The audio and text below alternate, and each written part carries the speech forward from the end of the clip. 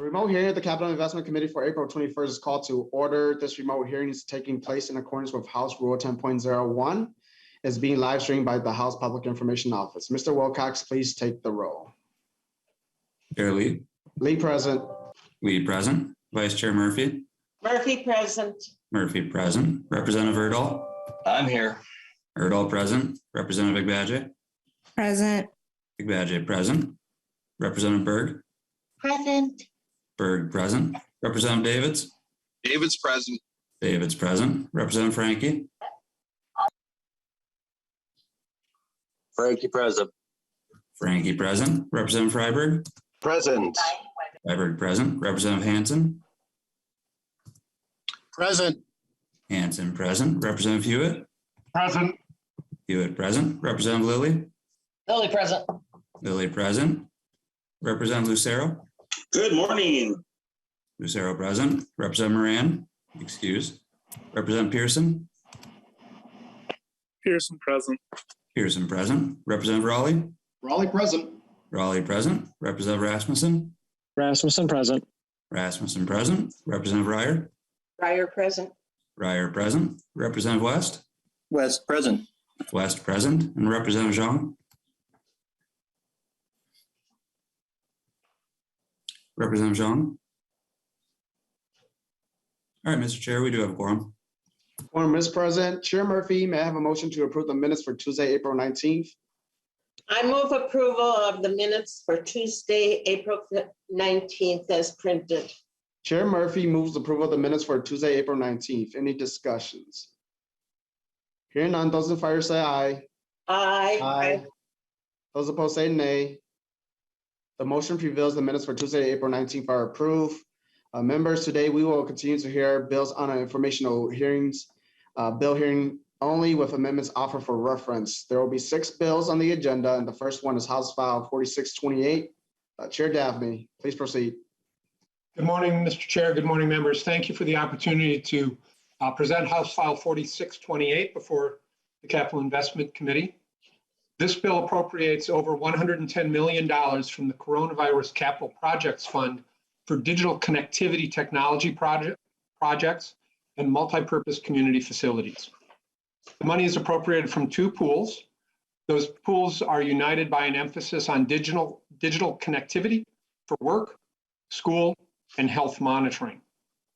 More specifically, Mr. Chair, $40 million of the appropriation is for grants to local governments, nonprofit organizations, and private entities for the purchase and/or installation of devices and equipment, while the remaining $70,703,000, of the appropriation is again for grants to local governments, nonprofits, and private entities, but this time for multipurpose community facilities that enable work, education, and health monitoring for members of the public. The bill prioritizes serving historically underserved communities, communities that do not have access to these resources, to areas where there are issues of access below performance standards, and that incorporate strong labor standards to assure high quality projects while averting costly and disruptive delays. With me today, Mr. Chair, as you know, I have the privilege of having 2 testifiers from different parts of the state exploring different facets of the bill and what it could mean for communities statewide. Thank you, Mr. Chair. Thank you, Chair Davnie. First on the agenda, we have Mr. Williams. Please identify yourself and proceed. Good morning. My name is Jim Philby Williams. I lead the Duluth Public Library for the City of Duluth. I'm here to testify in support of House File 4628, through which the state of Minnesota would, for the first time, invest in the enhancement of multipurpose community facilities, including public libraries, at a scale that matches the need. Constructing or renovating a multipurpose community facility, such as a library, to simultaneously meet education, work, and health needs is expensive. A multipurpose library serving a small to medium-sized community might cost $5 to $10 million to construct or renovate. A facility serving a large community might cost $20 to $60 million. The state of Minnesota's existing library construction grant program has a budget of $3 million per year for the entire state. In contrast, House File 4628 would distribute $110 million of federal funds in just the next year or two, enough to make transformational improvements to multipurpose community facilities across the state. Facilities like the City of Duluth's nearly 50-year-old main library. The city is advancing a project to renovate the deteriorating 75,000 square foot building to house and integrate not only the main branch of our regional library system, but also the primary site for our regional interagency workforce development center and an array of nonprofit supported health information services. When complete, the building will include large multipurpose computer labs, connectivity hubs, and connected meeting rooms that will support an array of integrated services, from workforce development, counseling, and digital literacy training to early learning programming and assistance accessing health insurance. Located in a diverse low-income urban neighborhood, the new facility will be a radically inclusive place where Duluth area residents who were most heavily impacted by the pandemic will be able to access the education, work, and health information all of us need to live well in a challenging and rapidly changing world. House File 4628 can bring this project and others like it within financial reach of cities across Minnesota, large and small. Thank you for the opportunity to testify. The City of Duluth encourages your strong support of House File 4628. Thank you, Mr. Williams. Next on the agenda, we have Ms. Pankart. Please identify yourself for the record and proceed. Good morning, committee members. My name is Catherine Pankart, and I am Director of St. Paul Public Library and also a resident of St. Paul. I am here to testify in strong support of House File 4628. The COVID-19 pandemic illuminated the extent to which many residents of Minnesota are not connected to affordable, high-quality broadband in their homes, do not have access to the types of technology devices needed to fully participate in education, work, and health monitoring, and rely upon support to navigate the digital world as the nature of education, work, and healthcare move more online. Public libraries play an essential role in providing access to technology, equipment, support, and resources that enable all people to fully participate in our society. In St. Paul, our libraries collaborate with key community partners to make resources and supports extremely accessible to people. We work with Ramsey County Workforce to provide tailored support for job seekers, people in career transition, and people with digital equity needs. We are working with the University of St. Thomas Morrison Family College of Health to develop a new model that will bring basic health support to community locations by hosting nursing students in our public libraries.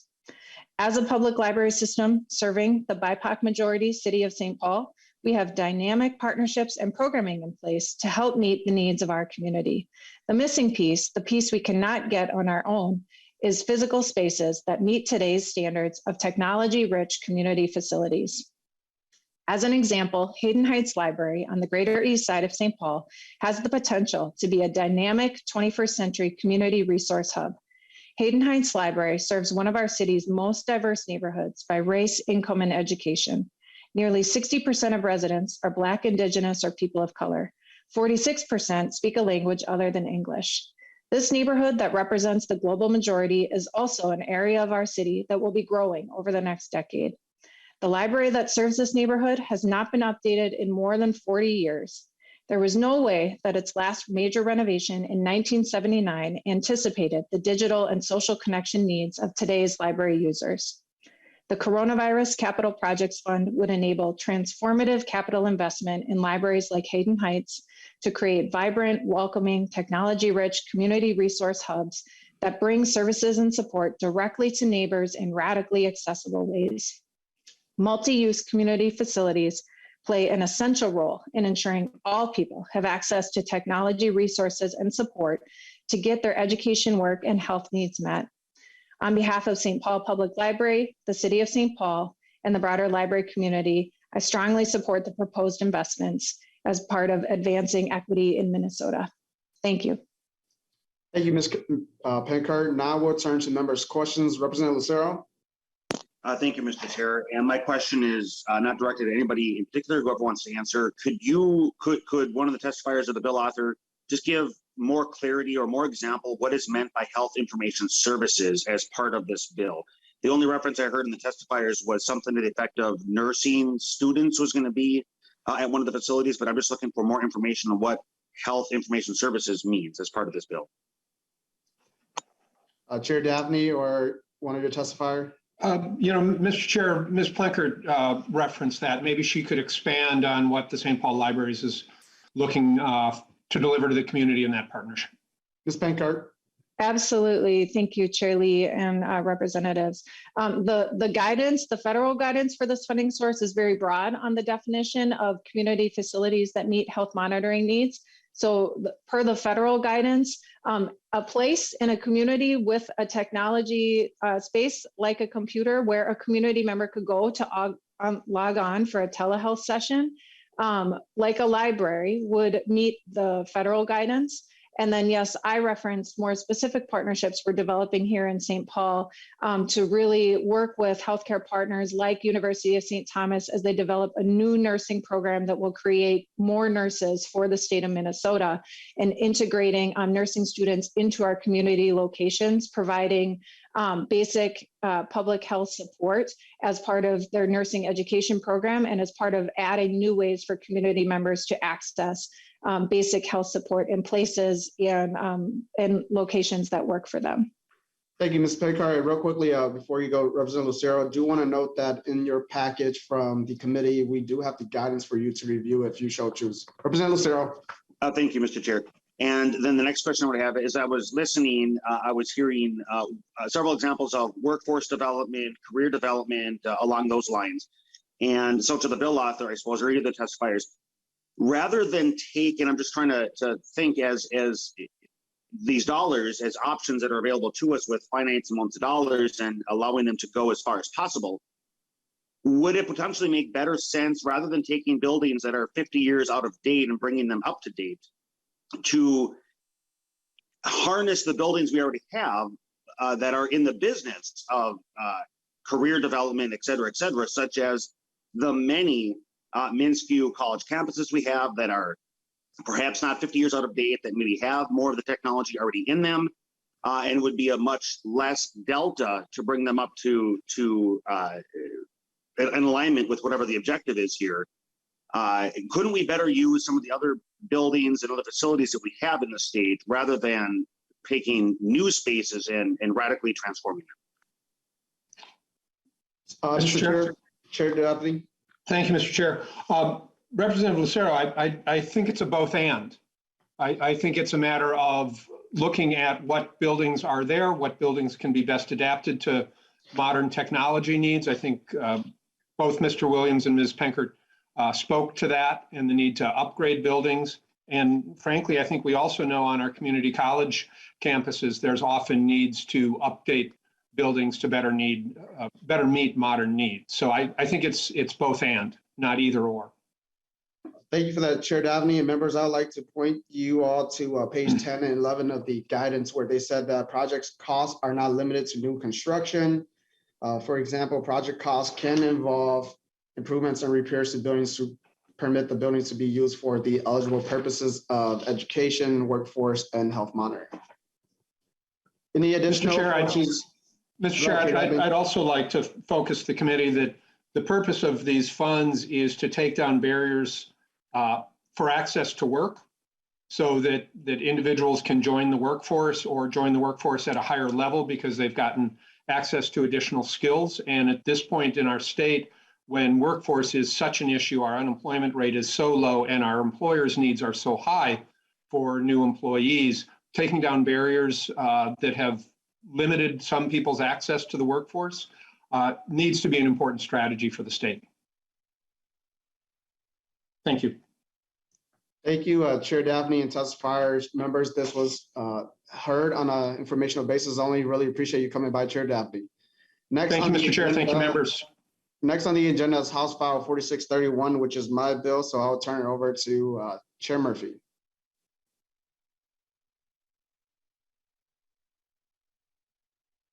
Chair Murphy, you're muted. Okay. Representative Lee, would you please introduce your bill and tell us all about it?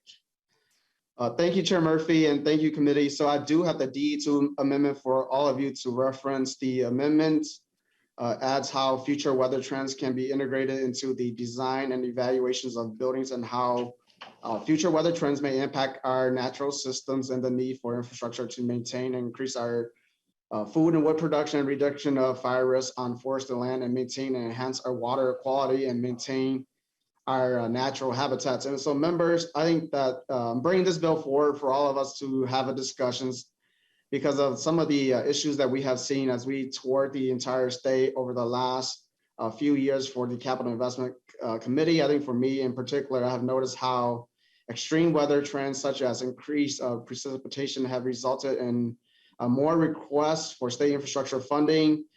Back in 2019, when I served as the vice chair for Chair Murphy, I think one thing that really stood out for me, and we had a brief conversation around this already, was around flood hazard mitigation.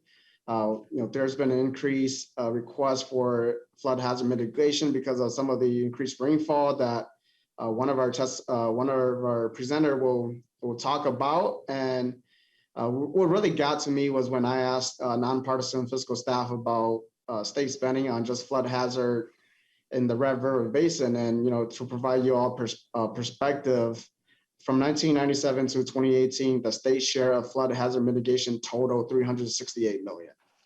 And this is quite alarming for me. And so I think that it is crucial for us to really think about, how is future weather trends going to impact and exacerbate conditions such as drought, elevated temperatures, and flooding that can be integrated into how we design and evaluate building construction in the state of Minnesota. And so with that, Madam Chair, I will turn it over to my testifier. Before that, Chair Lee, do you want to amend the bill with the DE2? So yeah, Madam Chair, I did go over the DE2 amendment, and since we are hearing this informationally, we don't have to vote on it. I have presented on the DE2 amendment. Okay. So it's House File 4631 DE2. Yes. That we're talking about. And welcome, Dr. Richard Graves. Thank you. And can I share my screen? Let's see.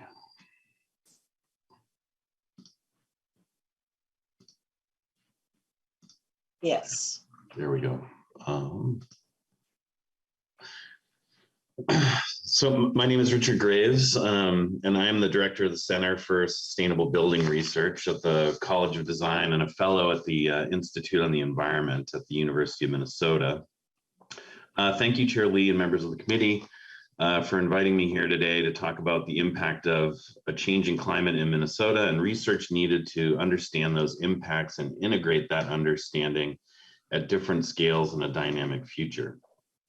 I applaud the committee for the foresight to understand the dynamic future public infrastructure needs to operate within to provide buildings, energy, water, and other services to support our quality of life and a strong economy in Minnesota.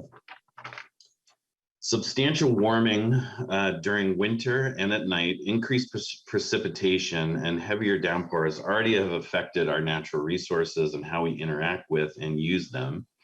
The decades ahead will bring even warmer winters and nights and even larger rainfalls, along with the likelihood of increased summer heat and the potential for longer, drier spells in the summer. Minnesota has warmed 3 degrees Fahrenheit between 1895 and 2020, with annual precipitation increased by an average of 3.4 inches. Although Minnesota has gotten warmer and wetter since 1895, the most dramatic changes have come in the past several decades. Compared to 20th century averages, all but 2 years since 1970 have been warm, wet, or both, and each of the top 10 combined warmest and wettest years on record occurred between 1998 and 2020. Although climate conditions will vary from year to year, these increases are expected to continue into the 21st century. More intense rainstorms are putting stress on stormwater infrastructure designed for historic rain events instead of anticipating the future and the changing climate. This infrastructure operates at a variety of scales, from buildings to roads, from lots to neighborhoods to cities to watersheds. localized flooding impacts could be as significant as river and waterway flooding in the future and should be considered in design. In addition, river flooding and the location of water and wastewater infrastructure has caused disruption in the last 10 years and should also be addressed in the design and operation of those facilities. My center studied the impact of a changing climate on design decisions for the built environment in a study for the MPCA in 2018. And part of that study used future climate files to compare historic weather data for energy design models for an apartment building and library buildings. Even the best weather files are at best 15 years old and at worst 27 years old in their data. Morphing methodology includes additive shift and multiplicative shifts based on the type of data, and that data needs to be updated for future climate forecasts.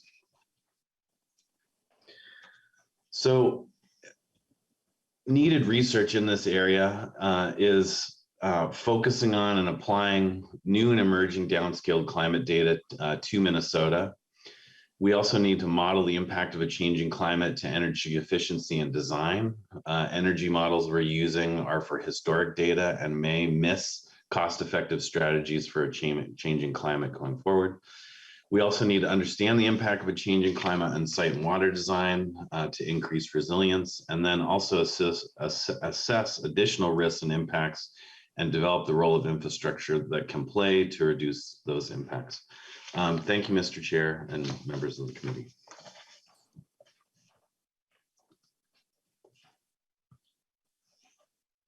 Thank you, Dr. Graves, and thank you, Chair Lee. And we will now move on to your next bill for House File 4231. And Mr. Chair, Madam Chair, I have my hand up for testify on this bill. oh, I'm sorry, Representative Lucero. Thank you, Madam Chair. And my question for the testifier is, in your testimony, you had mentioned, you referenced since 1895 that temperatures in Minnesota had risen 3 degrees Fahrenheit on average. My question is, why are you going from 1895 forward? Do you have any research that shows how much the temperature in Minnesota rose prior to 1895, like the ice age, because we're no longer in an ice age? And we can see the impacts of the ice age in the geological formations across Minnesota. So what does your research show about the rise in temperature prior to 1895? Dr. Graves. The 1895 is used because that's the date where we can go back to recorded weather, consistent and recorded weather data in Minnesota. So that's the use of 1895 in the weather data, which is the source of weather data we use in kind of the designing the built environment. Weather data before that would be outside of my expertise. Follow up, Madam Chair. Representative Lucero. Thank you, Madam Chair. Okay, well then, if the data that is used, the data set is only going back to 1895, that is just a drop in the bucket for the entirety of a global weather history. How can, you had referenced that you were building or seeking to build future models to help create understanding for climate resiliency. How is it even possible to even consider building models with such a tiny fraction sliver of the data set, if only going back to 1895?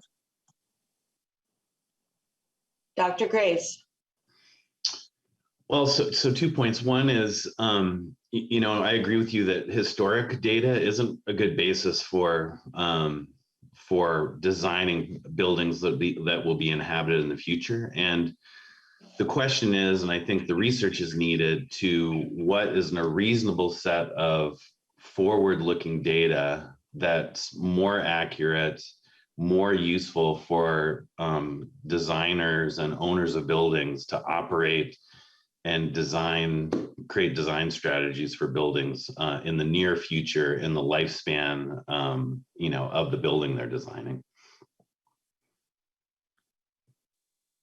one last comment, Madam Chair. Representative Lucero. Thank you, Madam Chair. Well, and I agree, going forward to try to understand, but if we use past as a predictor of the future, we have to expand way more than 1895, because clearly the globe has warmed radically thousands of years ago to be in a condition where the ice age melted. So I think it's, on the heels here of data modeling attempting to explain COVID and how they were radically wrong. It's great concern to me to attempt to use modeling to predict future weather when we're using just a sliver of data set. So thank you, Madam Chair. I just have great concerns regarding this conversation. Thank you very much. Representative Erdahl. Thank you, Madam Chair, and Mr. Graves. Piggybacking a little bit with Representative Lucero, certainly there have been changes in our weather, in our climate over the years. And prior to, I guess, 1895, do we have any other historical precedents on how we deal with change in our climate and weather? Mr. Graves. Dr. Graves. Yeah, historic precedents within the built environment.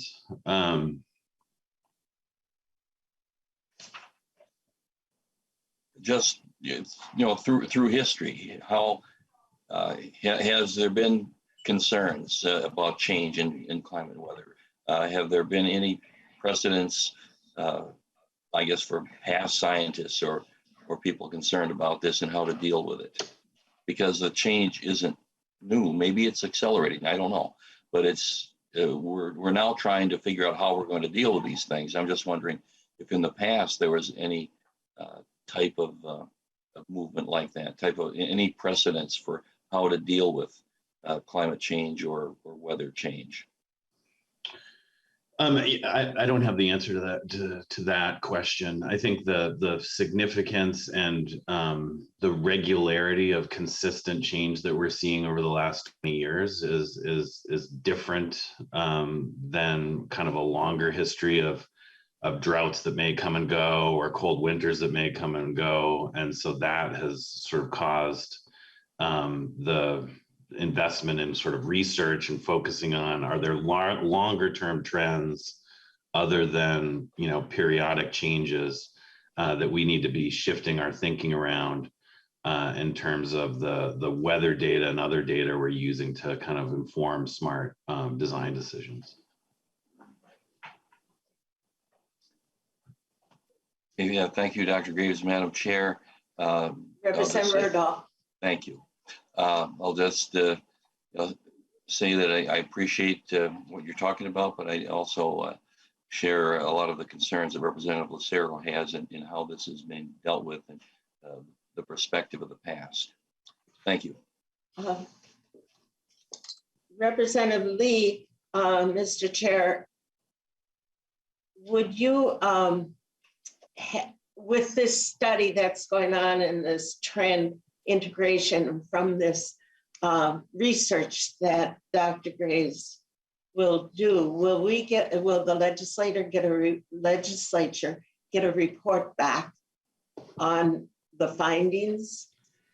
Thank you, Madam Chair. So the bill does require a report by February 1st, 2025 to the committees with jurisdiction over environment policy and capital investment, summarizing the findings and any recommendations that they may find in their research. Okay, thank you. Representative Agbaje. Thank you, Madam Chair, and thank you, Rep. Lee, for bringing this forward. I guess my question, and probably a little bit more of a comment, is, it seems to me that this study is looking at best practices of how we can ensure that our structures and our infrastructure moving forward can sustain the various damage and extreme weather that we're now seeing, that we've seen over the years, that's been starting to be relatively consistent. So to me, I imagine this is kind of similar to how different regions of the country build in order to protect against tornadoes and other natural disasters. So I guess that's probably sort of my question, is that kind of the similar impetus behind this study and this work to make sure that we're building for the future and that we're knowing the types of changes that are coming into our region. Dr. Parker or Dr. Graves. Yes, Representative, that's exactly the focus. It's, you know, the focus is, are there shifts in the climate and shifts in the design requirements because of that changing climate that should be incorporated as best practice in design? And, you know, and part of that gets to cost effectiveness. Are we incorporating design elements based upon kind of colder, more intense winters, which we're not going to be seeing, and designing site requirements for old, outdated rainfall events when we should be shifting our design strategies to incorporating the influence of warmer summers and to mitigate what's the most cost-effective way to mitigate these more intense rainfall events. So I think you're exactly right. It gets to sort of best practice and what's the most best practice to incorporate these changes into the built environment. Representative Agbaje. Thank you, Madam Chair, and thank you, Dr. Graves. I appreciate that. I just would add, I think that that's really important for us to look at because everything is changing around us and we just want to be prepared. So appreciate the testimony.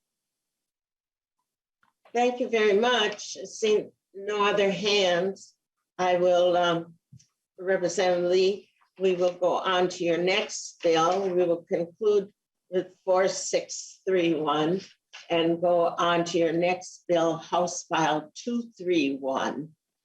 And I see Dr. Graves is here again, and Sherry Hansen, Director of Communications, Advocacy, and Public Outreach for AIA Minnesota. So, Representative Lee. Thank you, Chair Murphy. So House File 4231 is a bill to require that no funds may be dispersed beyond final design until a recipient of state funding have an approval from the Center for Sustainable Building Research at the University of Minnesota stating that they or the project design complies with our state sustainable building guidelines. As members may know, this is a requirement for all state funding or major renovation in the state of Minnesota. The bill also removes the exemptions of park and ride facilities, water and wastewater facilities, and ICE centers from being exempted from having a pre-designed plan. The bill also requires small construction projects to hire a qualified cost estimating professional as part of the planning process so that we could actually get an accurate figure of what's going to cost the state to fund a particular project that's coming before us. And the bill also requires the small construction limits to be increased.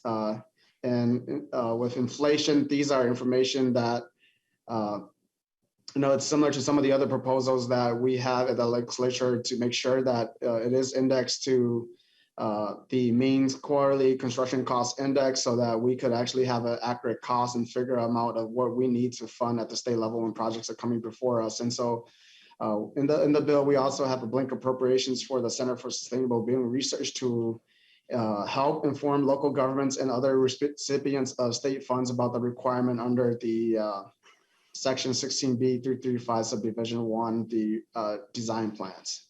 And with that, Madam Chair, I'll turn it over to the testifiers. Okay, Dr. Graves. Thank you. And again, my name is Richard Graves, Director of the Center for Sustainable Building Research. And I'll share my screen again.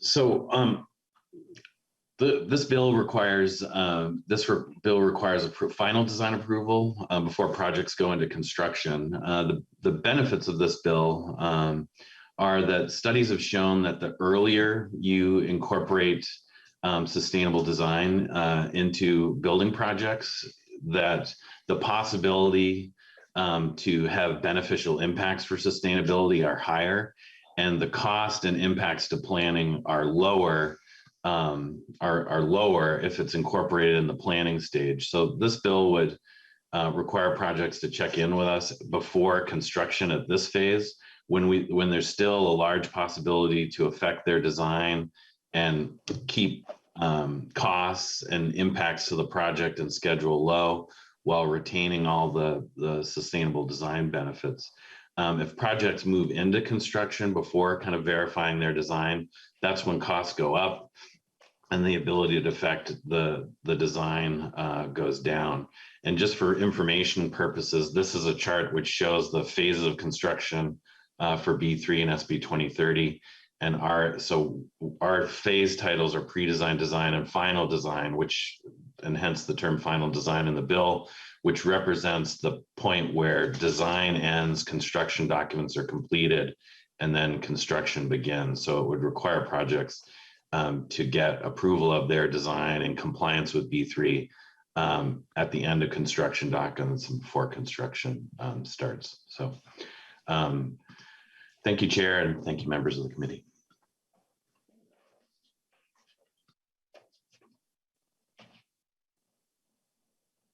Representative Raleigh. Thank you, Madam Chair. And to the testifier, one of the things that I'm hearing from constituents and in the business community is the real pressures that are being put onto the business community as far as supply chain of materials, the costs of building materials, the cost of labor. In your projections, can you share with us how these calculations are taking into account the future pressures that we're seeing on the supply chain, and how do the calculations take that into account? Because I'm seeing that what you're trying to do is look to the future and try to figure out where the costs and the construction requirements are going to go, specifically from the environmental side, according to the slide. I'm just wondering what kind of calculations on the pressures from workforce augmentation, workforce personnel, and then the material supplies, specifically for the out period of the construction, meaning after the hammers are swinging and concrete's being poured. Thank you, Mr. Chair, or Madam Chair. Dr. Graves. So typical best practice for construction inflation is to incorporate a 5% increase year over year going forward. And to your point, the last couple of years, because of supply chain and labor pressures, it seems like construction inflation has been more than that. So that's the challenge. As far as sustainable design, the B3 requirements require sort of cost-effective implementation of sustainable design and energy efficiency. And we do a lot of work with the requirements, working with stakeholders in design, construction, and owners of buildings category to make sure as we're rolling out and updating the guidelines that we're having impact for sustainable design, but doing that at the most cost-effective way. Thank you. Representative Raleigh. Yeah, thank you. And yeah, I've read the same thing, that there's a 5% overage built into the calculations. Sort of, I mean, on the same topic, I'm just kind of looking for future-looking statements on this one. Should we look at a different model of projecting what the market is doing to us? Because we're hearing a lot of bills as supplemental requests, and almost all the bills, both here in or in the Labor Industry Vets Committee that I'm hearing and other committees, the supplemental budgets all seem to be surrounding the increased costs of labor and materials. And Madam Chair, what I'm thinking is, should we take a look at changing the formulas for contingency plans? And specifically, what I'm driving towards is I want to get to the true cost, because as we fund these projects through capital investment, we want to know as a committee what the true costs are going to be, and getting to the real number, I think, is a goal that we all should have. And so I'm just wondering, Doctor, if there's a better formula or what would be the way that, if we don't have a formula, what would be the way that you'd suggest that we get to that formula? Who should we involve in this question, Madam Chair? Thank you very much. That would be a very helpful answer. Dr. Graves, if you can address it. I think most of this I'd have to defer to the Department of Administration, but the one thing I would add is that from our experience working with projects, the better job they can do in their pre-design in identifying exactly what site they're going to build on, what the challenges might be with those sites, exactly what their program is, exactly what the construction methodology and technology and systems they're going to use. It sets the stage for a better estimate and a better way to project that going forward. So anything that can kind of get a good pre-design for projects generally will have benefits in getting more better estimates. So. Thank you very much. I think we have to go now to our second person that's going to testify, Sherry Hansen. Thank you. Good morning. My name is Sherry Hansen. I'm here on behalf of the American Institute of Architects, which represents more than 2,200 design professionals statewide to offer our support for this bill. AIA Minnesota is a strong supporter of the SB 2030 guidelines overall. Minnesota's public buildings are more resilient, efficient, and cost-effective because of the standard.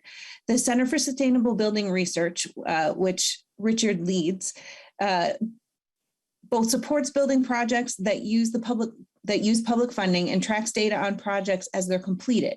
It's an invaluable resource in our fight against climate change. Their data in 2021 showed that the state is saving more than $22 million each year due to the design and engineering improvements accomplished through SB 2030. Minnesota architects have learned over the years that not thinking about SB 2030 until later in the design and construction process can result in significant changes to design and budget that set a project back.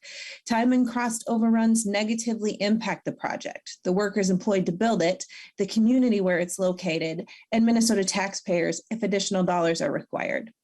Many entities that seek bonding dollars work SB 2030 compliance into their pre-design or early design processes, which helps avoid these problems.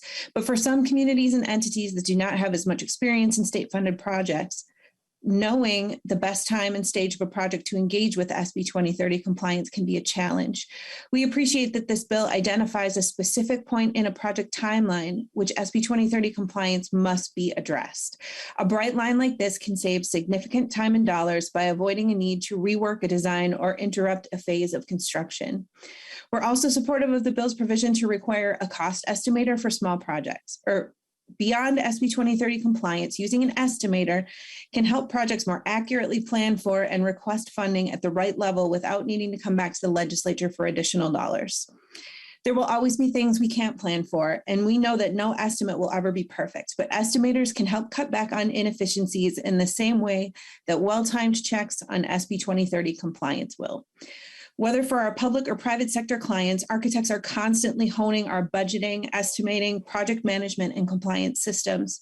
It's part of our commitment to using development funds as efficiently as possible while still designing a high-performance built environment. We believe that the changes proposed in this bill will help those who receive state funding for their construction projects do better. And as such, we hope you'll support this bill. Thank you. Ms. Hansen, do you want to address Representative Raleigh's second question? I'm sorry, can the question be repeated? Yes, I'm sure he can if he's still here. Representative Raleigh, your second question about— Thank you, Madam Chair.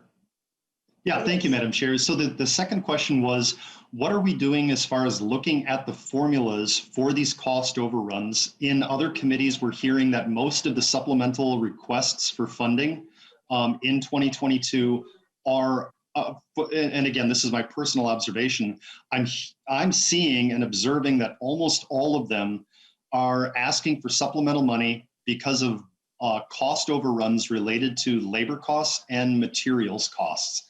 And the question was, is there a better formula to more accurately take this into account? And then the second part of it was, who should we involve in that question? Thank you, Madam Chair. Thank you for that question. I think that the answers to that are incredibly complex. I think Richard approached some of that. And I would agree that the Department of Administration would be great to have weigh in on this. I think having all the stakeholders at the table that are possible would be great. I think this is something that as the market moves forward and changes, it's really important to be doing checks on that and modernizing it to come along with it. I would also note that the current situation is one we haven't seen for a really long time. And I think there's a lot of factors that have led to the current market. And so I think we have to understand that the likelihood that we're ever going to get to a perfect estimate a couple years before a project is going to dig is pretty low. So we have to do our best. And I think having that deep dive conversation with folks from construction, with folks from labor, with architects and engineers and everybody who's involved in that, including the state agencies, would be a great first step to getting us toward that. And we do have to acknowledge the incredible pressures that that we're facing right now. I think the agencies, as they are trying to get their buildings constructed and are just seeing things they couldn't have anticipated when they went in for their request. That's a reality. And we're also seeing a lot of pressure on our contractors and on our architects and other folks that are involved in the process. So I know Representative Lee has been working really hard on finding a way to make this more efficient and more effective, and we'll continue to support that work. And Madam Chair, this is Representative Raleigh. I did have a follow-up to that if I could. Quickly. Thank you, Madam Chair. What pressures are we seeing from these campuses not having workers show up? And I'm trying to do it quickly. We're seeing that the socioeconomic way that we used to all show up at a single building, work there, and then go home is changing because of the electronics. And we're hearing bills today to increase technology, to increase connectivity and access to this connectivity. How is that creating additional downward pressures on the need for additional space? Thank you, Madam Chair. Ms. Hanson. Thank you for your question.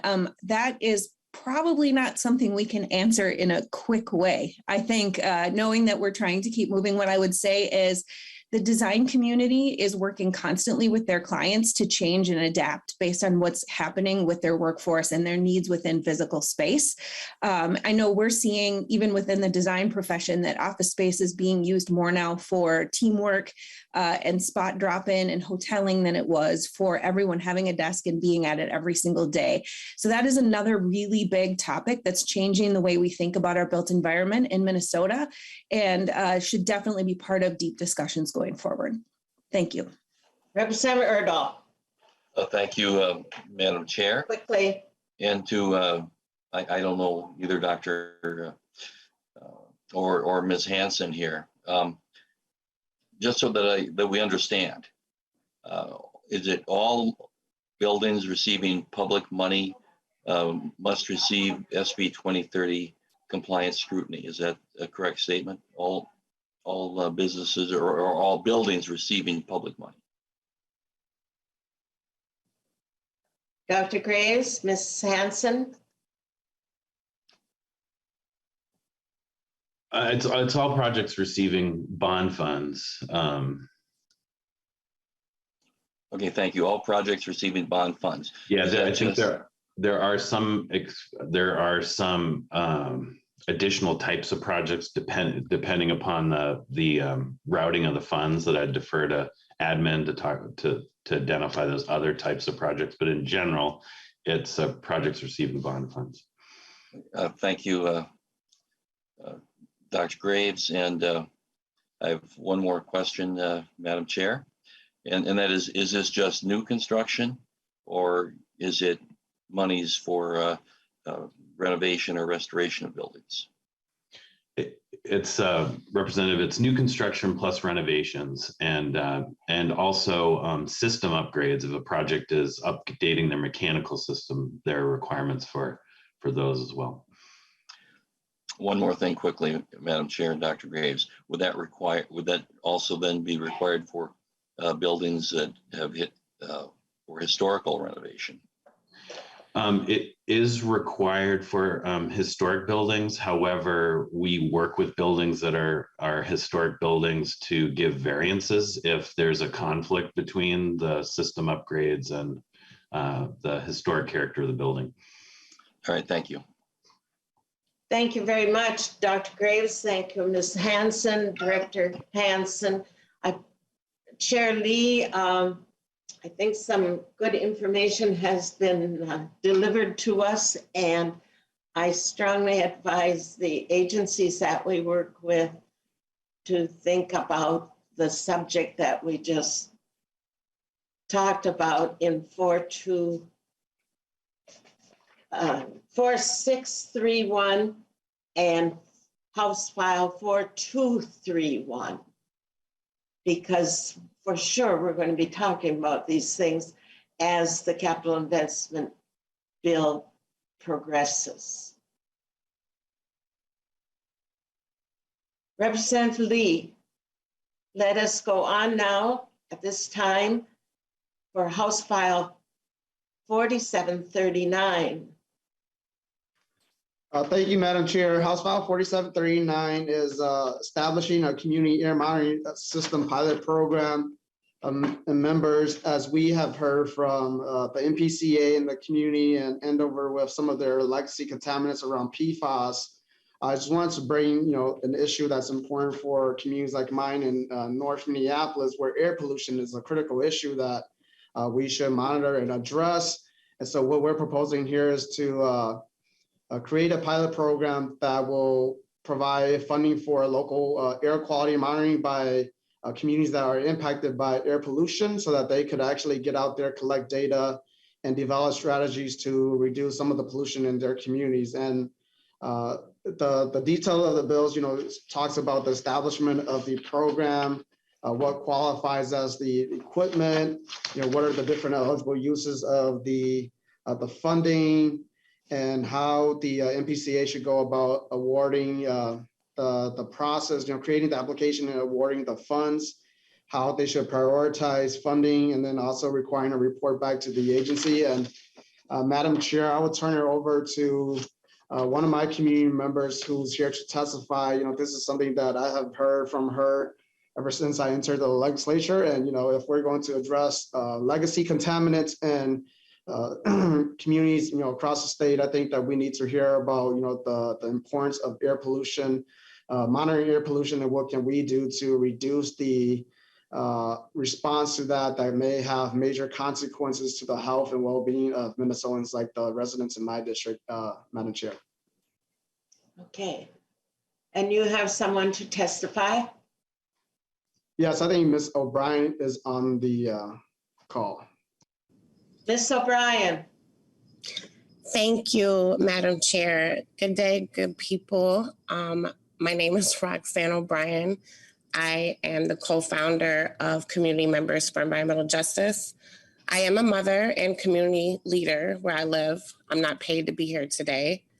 CMEJ is based in North Minneapolis. It's an environmental justice community, a low-income community of color with multiple sources of industrial pollution, generating a legacy of environmental health issues. North Minneapolis includes a heavy industrial zone corridor amongst numerous other industrial facilities, Olson Memorial Highway and Interstate 94. The disproportionate burden of air pollution in this area has been well documented across departments and jurisdictions, including by the Minneapolis Health Department, Minnesota Pollution Control Agency, University of Minnesota, Minnesota Department of Health, and the Federal Environmental Protection Agency. I am here in support of House File 4739 to fund a community air monitoring system pilot grant program. Air pollution is a major problem in many areas of the state where industries are concentrated around families. In the Twin Cities, we have had a generational legacy of air pollution that has impacted our parents and now our children. This bill is a step in breaking that cycle. As many news outlets have reported, toxic substances like fine particulate matter, nitrogen dioxide, and ozone form primarily when fossil fuels are burned and enter the atmosphere in the exhaust from motor vehicles, industrial facilities, and other sources. Inhaling such pollutants can cause bodily damage that lasts for years, if not for life, and may even lead to death. A report published in the journal Circulation found that years of breathing low concentrations of pollution affects our elderly. Older people are more likely to suffer a heart attack, stroke, and pneumonia because of air pollution, resulting in thousands of additional hospital admissions each year. Stopping air pollution saves lives today. While there are some stack level monitoring systems in place by the Minnesota Pollution Control Agency, the community needs better protection, and that starts with a more robust understanding of more local, neighborhood, and street level pollution. The granular level data will provide a more comprehensive picture of air quality and help to address the public health impacts we face due to this pollution. Thank you for being there for our community today, and thank you for supporting this bill. Thank you, Ms. O'Brien. Are there any questions? If not, we will hold this over for possible inclusion or hold it over. And we will go on to your next bill, Representative Lee, House File 3780.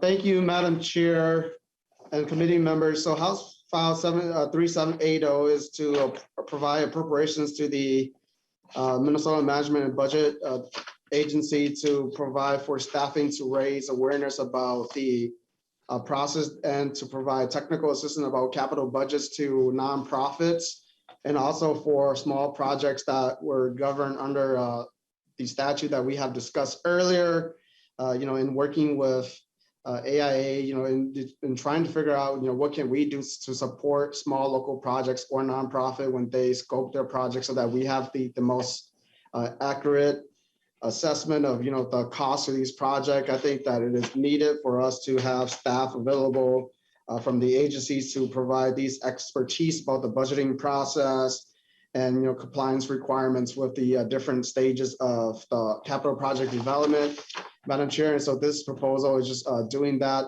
providing staffing support at the agencies for projects that are coming forward from nonprofits and small projects. And I'll turn it over. I believe Ms. Hanson is also here to testify on the bill. Okay, welcome back, Ms. Hanson. Thank you so much. Again, my name is Sherry Hanson, and I'm here on behalf of AIA Minnesota.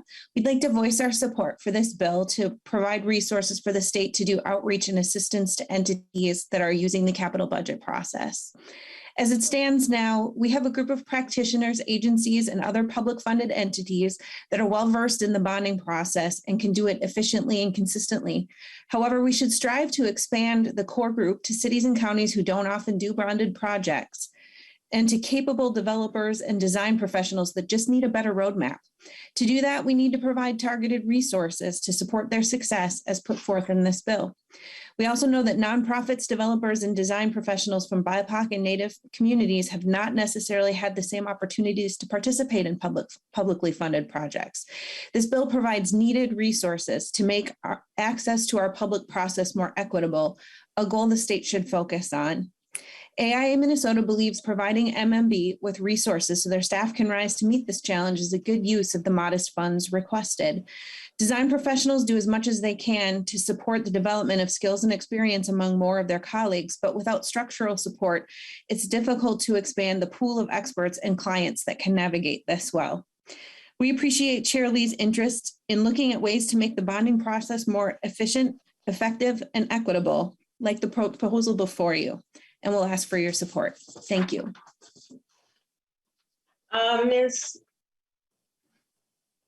Ms. Hanson, you said the modest amount for a project to someone that applying for a state assistance. Anyway, what is a modest amount? I believe the reference to the amount is the appropriation to MMB to help them staff up correctly rather than it being a direct ask from the developer, if I understand the structure of the bill correctly. Okay. Representative Lee, you have a fiscal note in the materials that were for House File 3780. Do you want to comment on the fiscal note? Yeah, thank you, Madam Chair, for that. So the fiscal note that we have received from MMB will require three staff position over at MMB for their two budget divisions, and the cost in fiscal year 23 will be $464,000, and then fiscal year the next biennium, the 24-25 biennium, the tails will be $928,000 for the three staff. But if this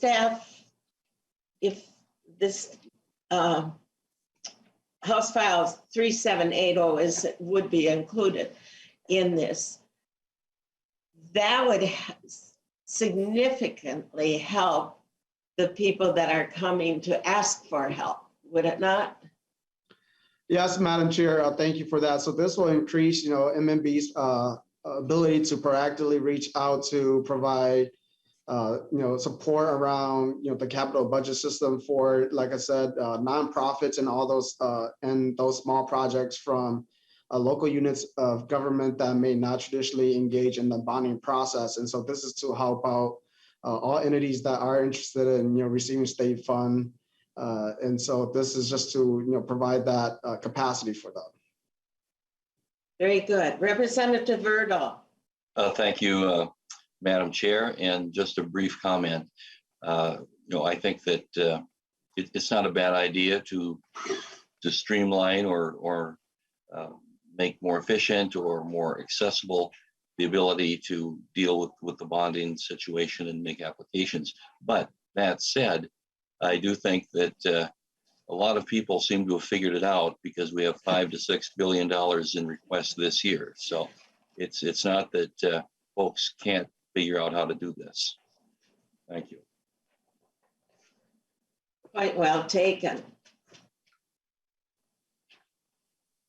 Is there any other discussion on House File 3780? If not, thank you very much for your testimony, Ms. Hanson, again. And Chair Lee, we will go on to House File 3145. Thank you, Madam Chair. And House File 3145, is my proposal to really look at the, our conversation around the 50% match, as we all have seen or heard in committee and on tours. Members are coming forward with proposals to not require the 50% match.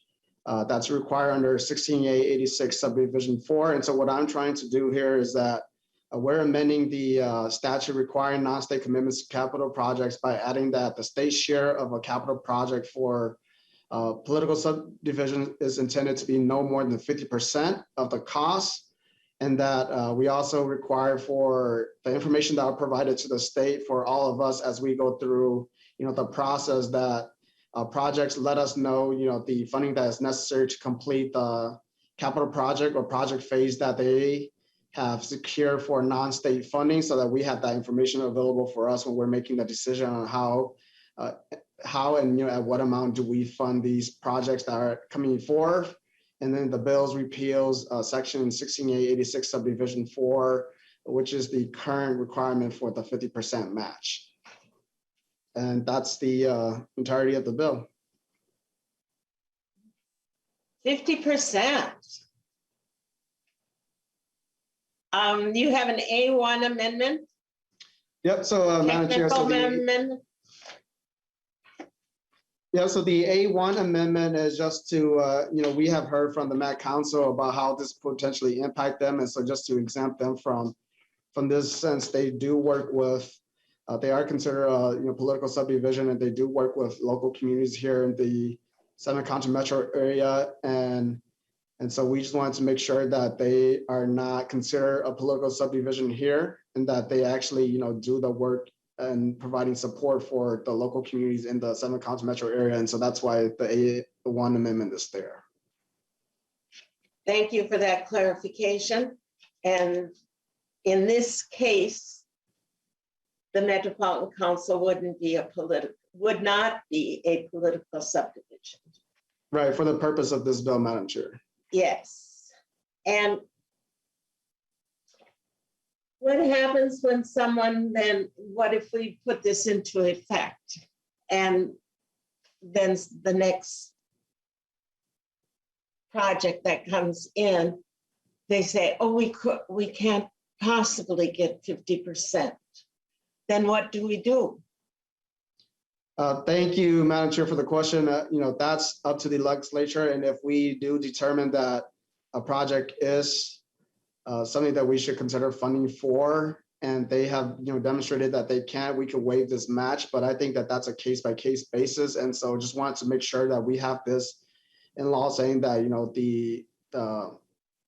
as currently right now in 16886 subdivision 4, that, we do require a 50% match. And if the legislature shall choose, they could waive that. Yes.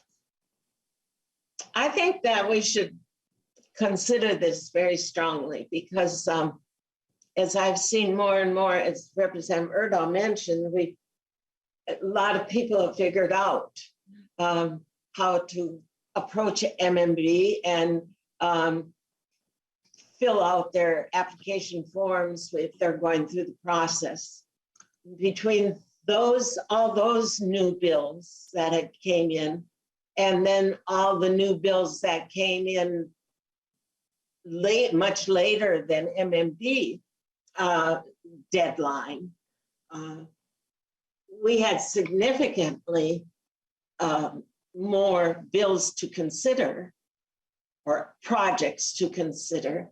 And then, in addition to all that new stuff, we also had a lot of bills that said there would be no match, there would be no need to have a matching fund on behalf of the local community.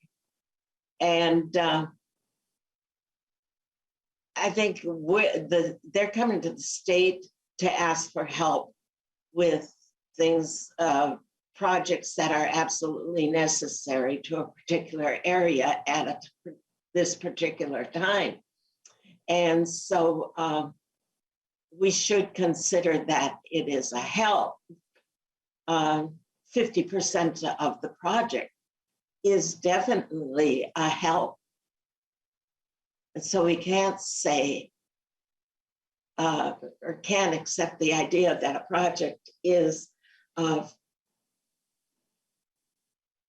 shovel ready when there's no local match at all. That's kind of my opinion, people, in the sense that I think we should strongly consider House File 3145. Representative Erdahl. Thank you, Madam Chair and Chair Lee. It's already been discussed that right now with a 50% match, we do have a discretion. We can have less than 50%. We can determine some other amount. And we use that quite often. But again, I think 50% is a good target. However, my concern here is that with the Met Council being basically exempted from having to do this, what is happening is that Greater Minnesota projects will be mandated to do the 50% match, but not the Met Council projects. That would be a major concern of mine. Representative Lee.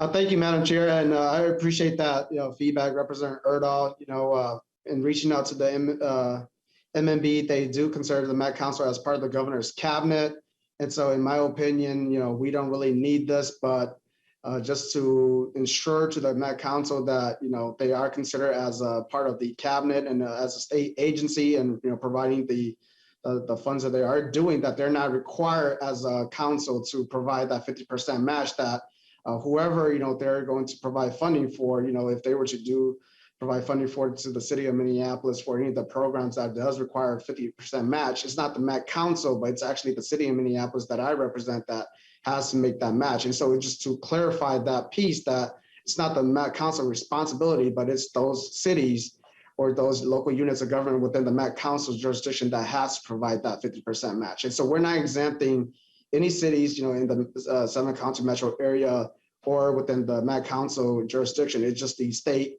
the Met Council as an agencies in this perspective. And so just want to make that clear for the record, Madam Chair. Good clarification. Is there any further discussion on House File 3145? If not, Chair Lee, do you have any other bills to bring before us this morning? Thank you, Madam Chair. I don't have any other bills before us today.